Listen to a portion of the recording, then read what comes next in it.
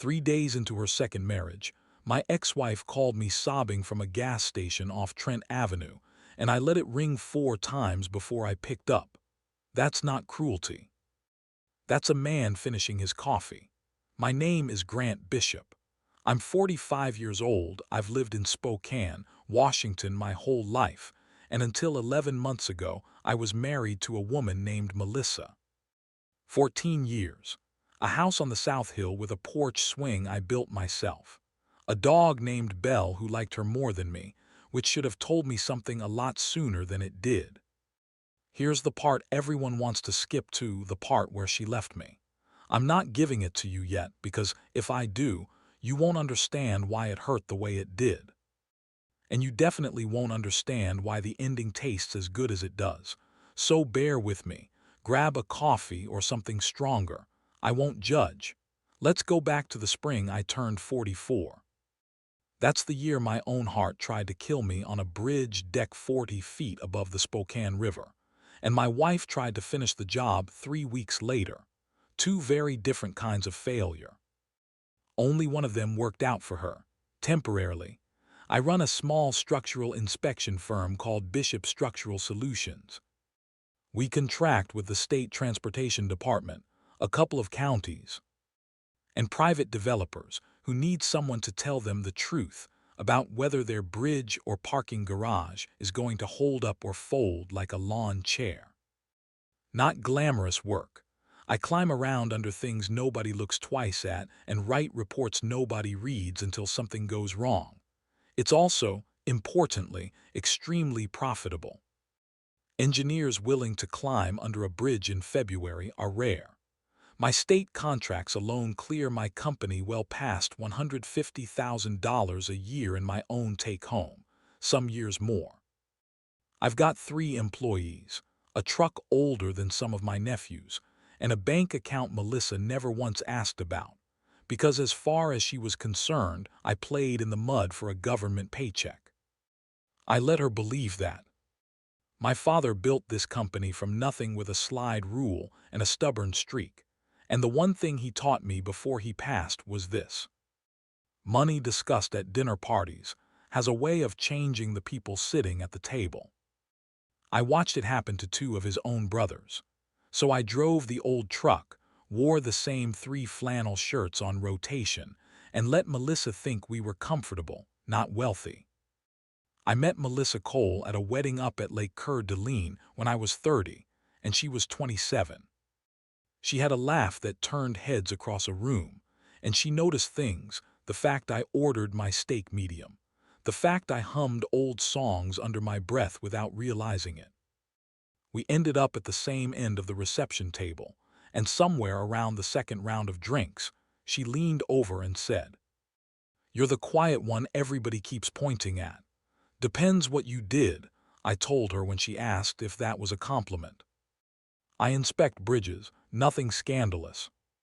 Mostly I just tell people whether their parking garage is going to eat their car. That's the least romantic sentence I've ever heard at a wedding. Give it time. I've got worse ones.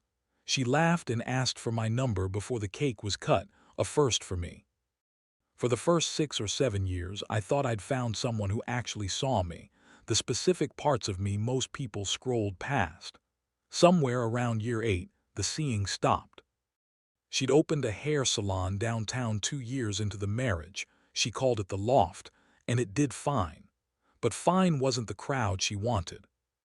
Her salon friends' husbands were orthopedic surgeons, and commercial real estate guys wearing watches that cost more than my truck. I remember the exact party where I first heard how she described me to people. A client cornered me by the drinks table and asked what I did. Before I could answer, Melissa cut in from 3 feet away. "Oh, he does something with bridges, structural inspection." I kept it simple. "I make sure they don't fall down." "Right, that," she said, already turning back to her friend, the same tone you'd use describing a parking ticket. I stood there holding a warm beer, forgotten mid-sentence at my own wife's side. I remember the exact night it curdled into something meaner. My mother, Carol, 71, drove over to drop off a casserole, and helped me clear the gutters before Melissa's book club showed up. Melissa walked in, saw my mother's car, and announced, loud enough for the whole kitchen to hear, "Great." Another guest I didn't invite.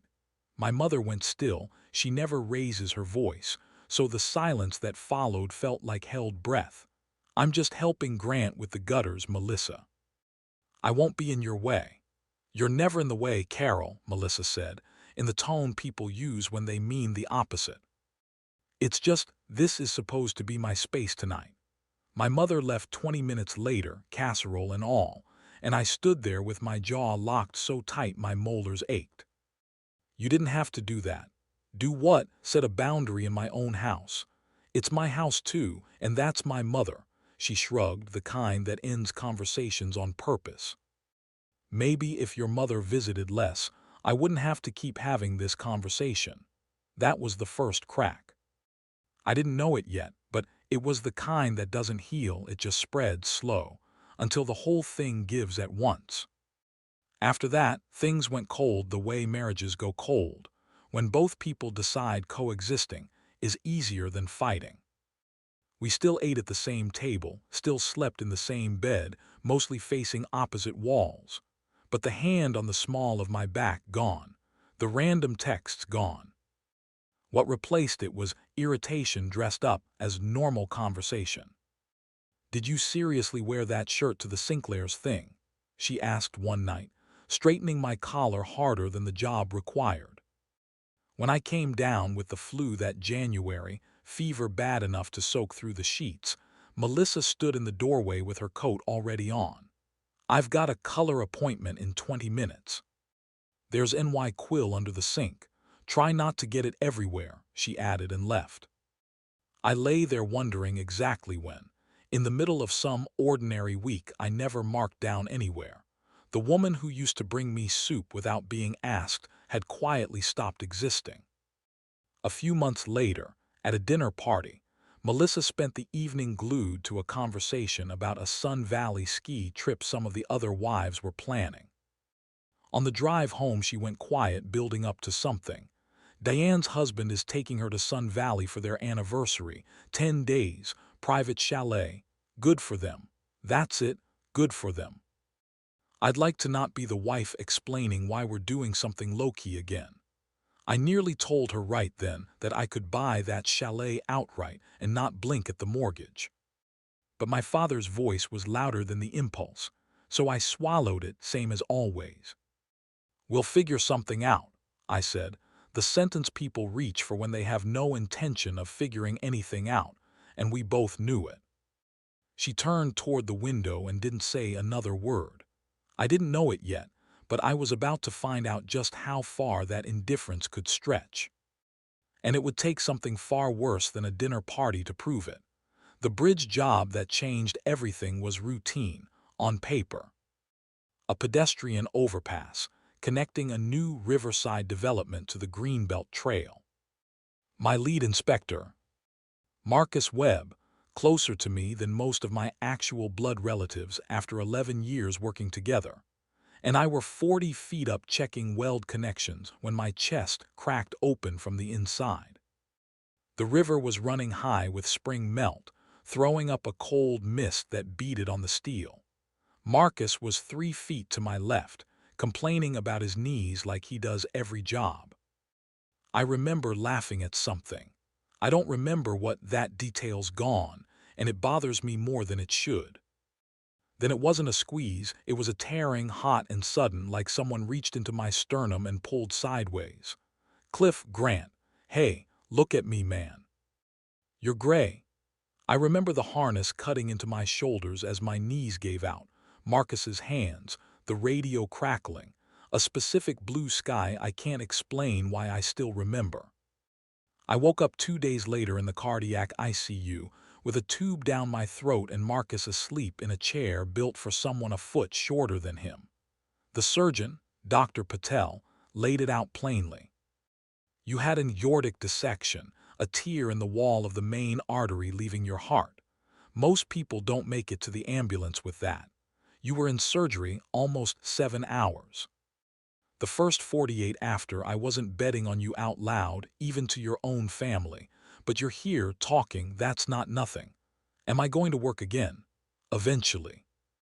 Cardiac rehab, lifestyle changes, follow-ups for the rest of your life, but full recovery's on the table. That surprises me more than it should at this point in my career. So I'm not dying, he almost smiled. Not on my watch, you're stubborn. Don't waste it. Marcus filled in the rest once I could hear it without setting off my own monitor. He'd called Melissa himself since he was my secondary emergency contact, and some part of that call he still won't repeat, just that it involved telling my wife I might not survive the night. Melissa got to the hospital a little after 8 p.m. Doctor Patel needed consent from next of kin before surgery, so he sat down with her, and Marcus, standing in the hallway, heard most of it through the door. This is a full aortic repair. Survival odds through the night are not something I can promise you. I need your signature, but I need you prepared for what tomorrow might look like. Marcus said. Melissa signed without asking a single follow-up question. Not what her odds were, not what to do if it went badly, not even if she could see me first. Just her signature. Then she asked the nurse where the bathroom was. I didn't know it yet, but somewhere in that consultation room, my wife had already decided I was as good as gone. Here's the part that still sits wrong in my chest, worse than the surgical scar. Melissa came to the hospital exactly twice in those first 2 weeks.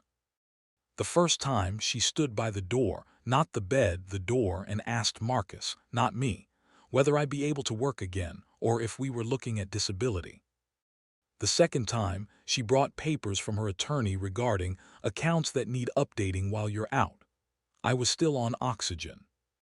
I signed without reading, because reading legal documents through morphine and fear isn't a skill anyone teaches you. I didn't know one of those pages was a temporary financial power of attorney. And I definitely didn't know that within 2 weeks, Melissa would use it to start the fastest divorce filing the county had seen that quarter, while I was still hooked to a heart monitor. Believing my wife was simply too overwhelmed with worry to visit more. I wasn't the one overwhelmed with worry. I was, as I pieced together weeks later, a liability she was calculating her exit from. As far as Melissa understood the math, her husband was a mid-level contractor with a bad heart, a used truck, and maybe $11,000 in joint savings, a man statistically more likely to die on that table than walk off it. She wasn't planning a future with a sick husband. She was planning a future without one, and she wanted to file before the sympathy ran out and the bills started rolling in. She had no idea what she was actually leaving on the table. 9 days after surgery, still hooked to a monitor that beeped every time my heart rate did anything interesting. A woman I'd never met walked into my room, holding a manila envelope like a delivery of flowers. "Grant Bishop, you've been served." I stared at it while Marcus knocked his coffee off the tray table, standing up. Divorce petition, irreconcilable differences, request for the marital residence, request for the truck. A note that her attorney had filed for an expedited hearing, given the petitioner's belief that respondent's medical condition may impact timely proceedings. Translation: she wanted this finalized fast, before I recovered enough to fight it, or to ask real questions about our finances. "She filed while you were unconscious," Marcus said, and I watched something shift behind his eyes, a man recalculating 14 years of holiday dinners in real time. Here's the thing about real betrayal. It doesn't arrive with violins. It arrives on hospital letterhead, delivered by a stranger already thinking about her next stop. I called my attorney, a sharp woman named Diane Kessler, who'd handled my company's contracts for a decade. She came to the hospital in person, spread the filing across my blanket, and read it twice in silence. "2 things. First, tell me exactly what you signed while medicated." I think you signed something you shouldn't have." I told her about the form, that Melissa had called it routine. "Do you remember the words power of attorney anywhere on it?" I didn't remember much of anything from that stretch beyond pain and fluorescent light. "She's not just filing for divorce, Grant. She's moving to finalize before you're well enough to contest asset division. And she's already used that power of attorney to close 2 accounts and start a transfer on the truck title." While I was still intubated, I said, mostly to myself. Testing whether saying it made it feel more real. "It didn't, it just made it worse. Nothing about this holds up long term," Diane said. "A judge who sees these dates side by side, a documented coma, a power of attorney signed under medication, a default entered before you could sit up, that's not a clean divorce. That's a filing built to collapse the second anyone, with a law degree, looks at it sideways. She just doesn't know that yet. I didn't know it yet either, but Melissa hadn't just given up on our marriage. She'd bet I was a dying man with nothing worth staying for, and she was cashing out before the body was even cold. The finalization went through fast, helped along by the fact that I was in no condition to contest anything in the first 2 weeks. By the time I could sit up without the room spinning, Melissa legally became Melissa Cole again, keeper of the South Hill house and the truck. Believing she'd walked away with the full extent of what 14 years had built. She had no idea Bishop Structural Solutions held a rolling 5-year state contract worth considerably more than the house, the truck, and her salon combined. Because I'd never let her see the actual books.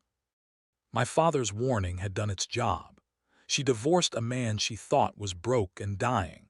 With no clue, she just handed away her claim to something worth a great deal more. 12 days after the papers were served, I counted. Grief makes you a precise bookkeeper. Melissa married a man named Russell Vance at a courthouse in a suburb up the road. Marcus showed up holding his phone out like it might bite him. A photo, Melissa in a champagne dress, some silver-haired man in a linen suit, both mid-laugh under string lights, captioned "New chapter, same sparkle." Russell, it turned out, was a 51-year-old real estate developer, building a luxury townhome project along the river called Cascade Point. I later pieced together, through Marcus's wife, that Melissa had met him at a Chamber of Commerce mixer roughly 4 months before my surgery. 4 months. Do the math yourself. I remember staring at that photo and feeling something I hadn't expected. Not rage. Relief. For 14 years I'd wondered whether I was the problem, too boring, too plain to hold on to. Here was my answer, time-stamped for the world to see. It was never about me being enough. It was about me being convenient right up until I stopped being useful. I called my mother that night. Carol never raises her voice, and didn't then either, but something in it went cold. She married someone else already, 4 months before your surgery. You're telling me she was seeing this man while you were still living under the same roof? A long pause. I cleared her gutters, Grant. I brought that woman a casserole and she couldn't wait for me to leave. You come stay with me the second they let you out of that hospital. I don't want to hear an argument. I didn't argue.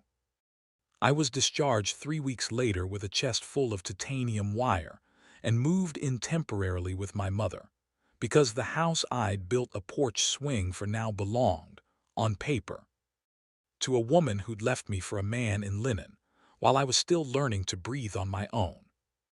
I didn't know it yet, but Melissa's math had one enormous flaw, and it was about to come due for both her and the man she'd traded me for. Cardiac rehab is slow work, and it gives you time to think. Marcus came most Saturdays, pretending to read his phone while actually watching my monitor. You've been quiet, just thinking about how long I let myself get talked down to without saying a word back. I built a company nobody could talk down to, and I let one person do it at my own kitchen table for a decade. You loved her. I loved who I thought she was in year 1.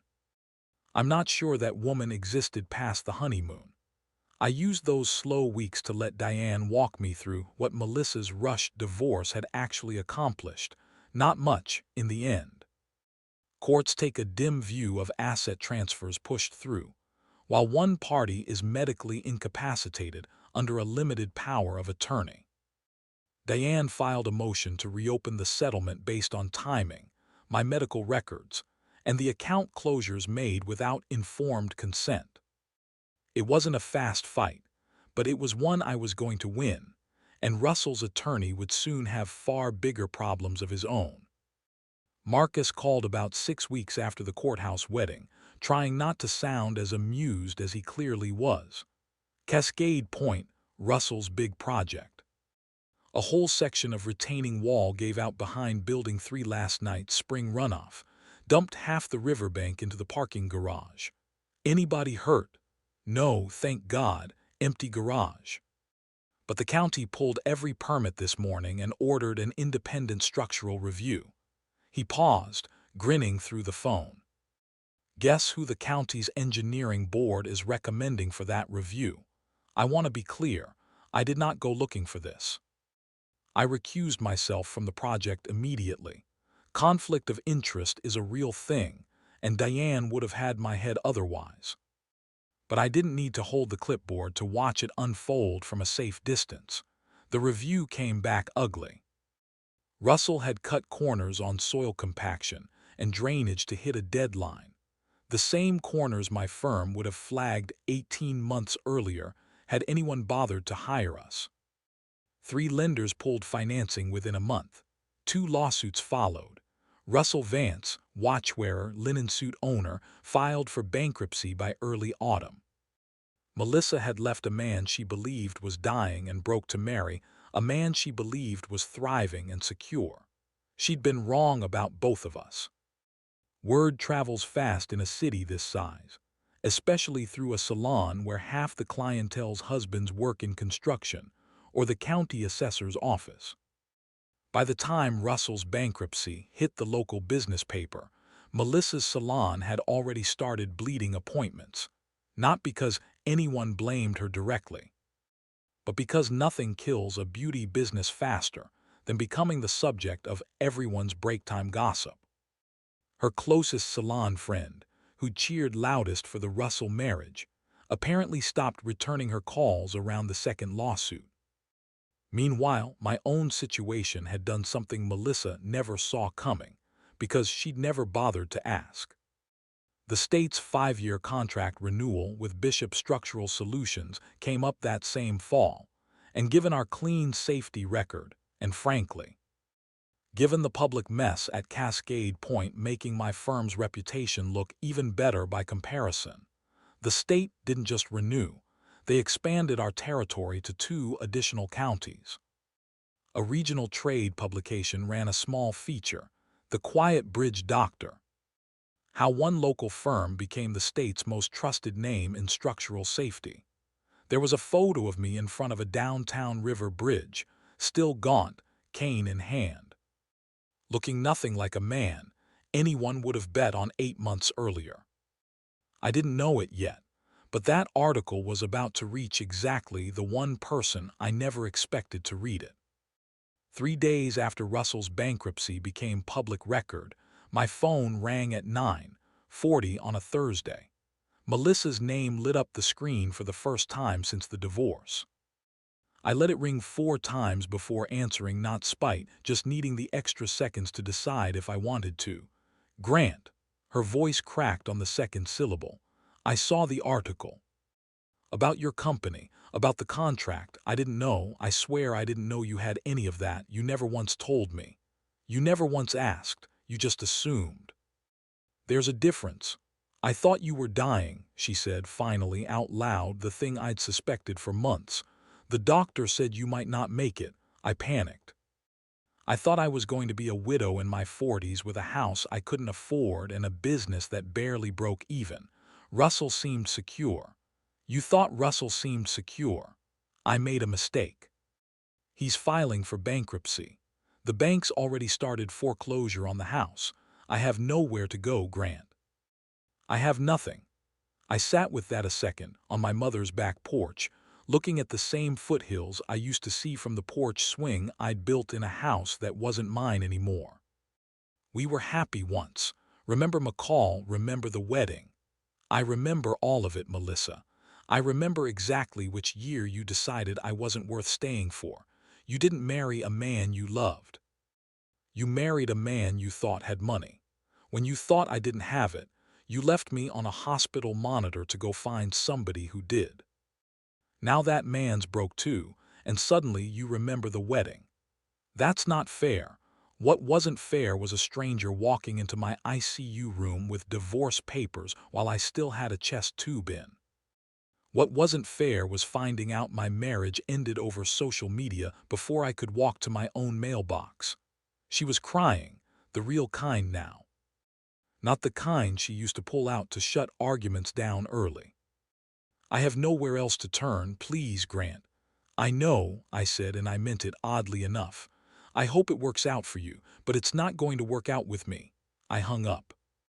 I blocked her the next morning, calmly, over coffee, the same way you delete a contact for a dentist's office you've switched away from. Diane called 2 months later with the outcome of the reopened asset motion. The judge ruled fully in your favor, cited the medical timeline, the power of attorney circumstances, all of it. You're getting a significantly larger share than the original settlement gave you. The court's language was blunt, executed in bad faith during a period of documented incapacity. That's about as clean a win as I've ever gotten anyone. I wasn't doing it for the money. I know. You were doing it because a woman walked into your ICU room with divorce papers while you still had a chest tube in. And that's not something a court should wave through just because it was inconvenient to fight. How does it feel? Lighter than I expected. I sold the South Hill house rather than move back in. Some places hold too much weather in them. Instead, I bought a modest cabin near Lake Coeur d'Alene, close to where I'd met Melissa 15 years earlier. Which either sounds like poetic justice or a man refusing to let one bad decade ruin one good lake. Both, probably. Marcus and his family come up most weekends. My mother has her own room now, and nobody's ever called her an uninvited guest in it. I still run Bishop Structural Solutions. Bigger now, 6 employees, still contracted with the state, still climbing under bridges most people never think twice about. My cardiologist tells me my numbers look better than men 15 years younger, and I believe him, mostly because I finally have a life calm enough to let my heart actually rest. Melissa, last I heard, moved back in with her own parents outside town. The salon closed for good about 4 months after Russell's bankruptcy finalized. I don't wish her anything cruel, genuinely. I don't have the appetite for it anymore. But I also don't spend time wondering how she's doing. There's a difference between forgiveness and forgetting the lesson, and I intend to keep the lesson. Here's what I've come to understand. Sitting on a different porch than the one I built, looking at different water than the Spokane River. Some people will only ever value you in proportion to what they think they can extract from you. The moment they believe there's nothing left to take, they leave. And the moment they realize they left something enormous on the table, they come crawling back. Not out of love, out of arithmetic. I spent 14 years being underestimated by the one person who was supposed to know me best. Turns out, being underestimated, if you survive it, is its own kind of quiet advantage. She never once asked what I actually made, or what my company was really worth. She built an entire exit strategy on an assumption, and assumptions, it turns out, make for very poor foundations. That's something I happen to know professionally, and now personally, better than almost anyone in this state. Last Saturday, Marcus drove up with his wife and kids, and we sat on the new porch, smaller than the old one, no swing yet.